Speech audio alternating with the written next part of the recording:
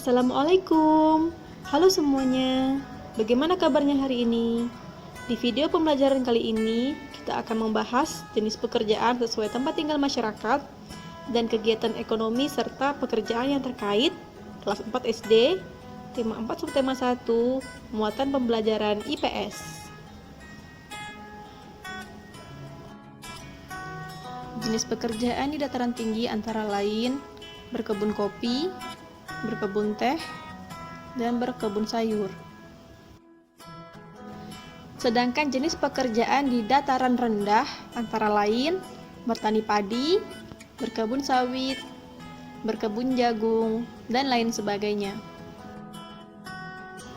Jenis pekerjaan di daerah pantai antara lain petani rumput laut, nelayan, dan petani garam. Kegiatan ekonomi dan pekerjaan yang terkait dengan daerah perkotaan. Di daerah perkotaan banyak terdapat perkantoran, mal, dan pertokoan. Jenis pekerjaan di daerah perkotaan antara lain karyawan kantor, satpam, penjaga toko, dan pemilik toko. Kegiatan ekonomi dan pekerjaan yang terkait di daerah pedesaan. Banyak terdapat pertanian, perkebunan, dan peternakan. Jenis pekerjaan di daerah pedesaan antara lain petani, pemilik lahan, distributor pertanian, peternakan, dan penjual pakan ternak. Nah, sebelum kita mempelajari lebih lanjut tentang nilai-nilai Pancasila, kita akan mengingat kembali tentang bunyi Pancasila. Pancasila 1. Ketuhanan yang Maha Esa. 2. Kemanusiaan yang adil dan beradab. 3. Persatuan Indonesia. 4. Kerakyatan yang dipimpin oleh hikmat kebijaksanaan dalam permusyawaratan perwakilan. 5. Keadilan sosial bagi seluruh rakyat Indonesia.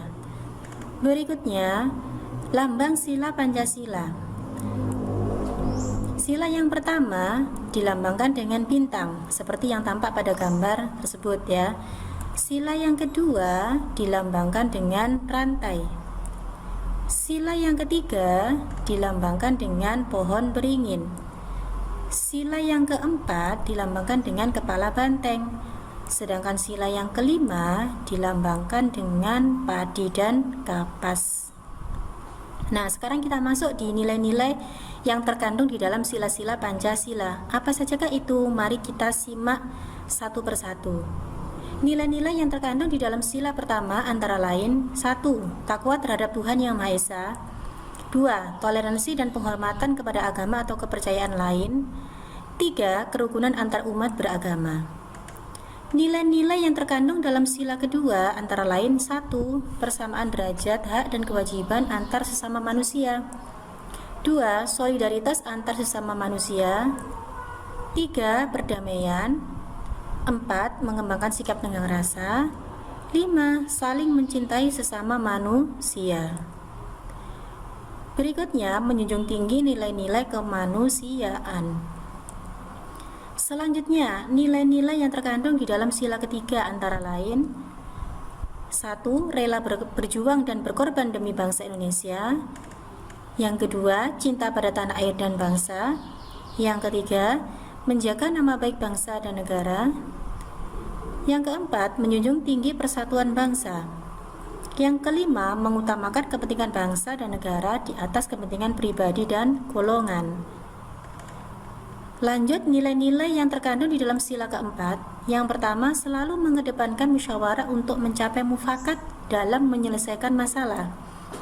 Yang kedua, tidak memaksakan kehendak kepada orang lain. Yang ketiga, menghargai perbedaan pendapat.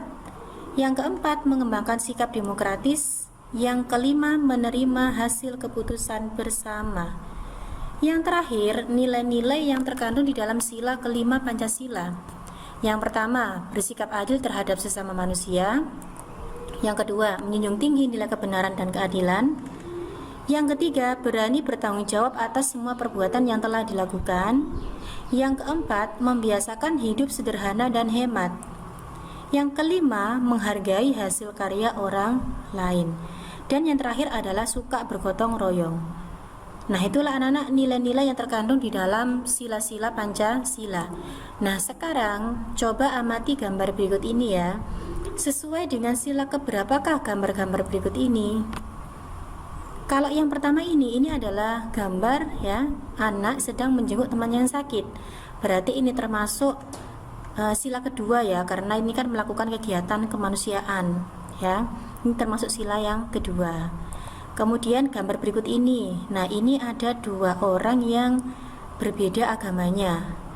Tampak hidup rukun, hidup berdampingan secara damai. Berarti ini masuk atau sesuai dengan sila yang pertama. Berikutnya, ini ada seorang anak yang sedang menolong temannya yang jatuh. Nah, berarti ini bisa dimasukkan ke sila yang kedua. Berikutnya, ini ada 3 orang anak yang sedang berdiskusi, bermusyawarah. Berarti ini bisa dimasukkan ke sila yang keempat. Yang terakhir, ini adalah beberapa orang yang sedang melakukan kegiatan gotong royong. Berarti ini bisa dimasukkan ke sila 3 atau sila kelima. Menggambar bangunan di sekitar kita. Setiap bangunan memiliki bentuk, warna, dan fungsi yang berbeda. Setiap bangunan juga memiliki ciri khas yang menarik untuk dijadikan objek gambar.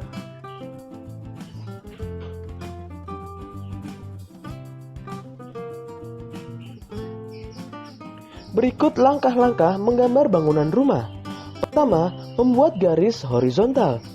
Kedua, tambahkan titik hilang di garis tersebut. Ketiga, tambahkan kotak di pojok kiri bawah.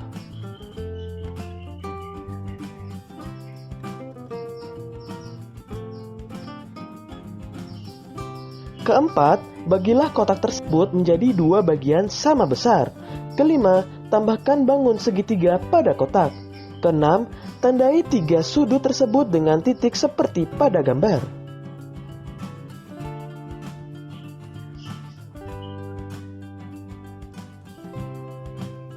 Ketujuh, tariklah garis dari tiap-tiap titik menuju titik hilang. Kedelapan, tambahkan garis dinding dan atap. Kesembilan, tebalkan garis dan hapus garis sketsa, berilah hiasan.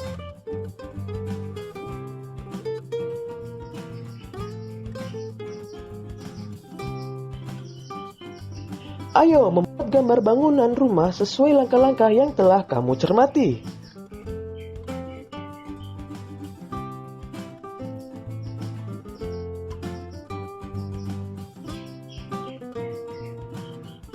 Selanjutnya, teknik menggambar 3 dimensi.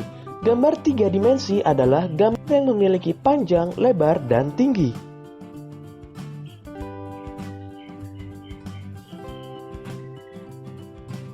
Gambar 3 dimensi menggunakan satu titik hilang yang dibuat dengan cara menarik seluruh titik sudut ke satu titik tertentu. Pada titik hilang, objek seakan-akan menjadi tidak tampak lagi dari pandangan mata.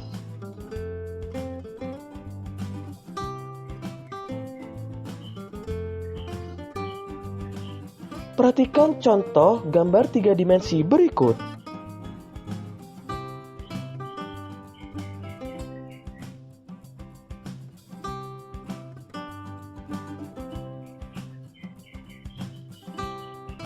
Ayo, cobalah membuat gambar 3 dimensi, misalnya rumah atau bangunan lainnya.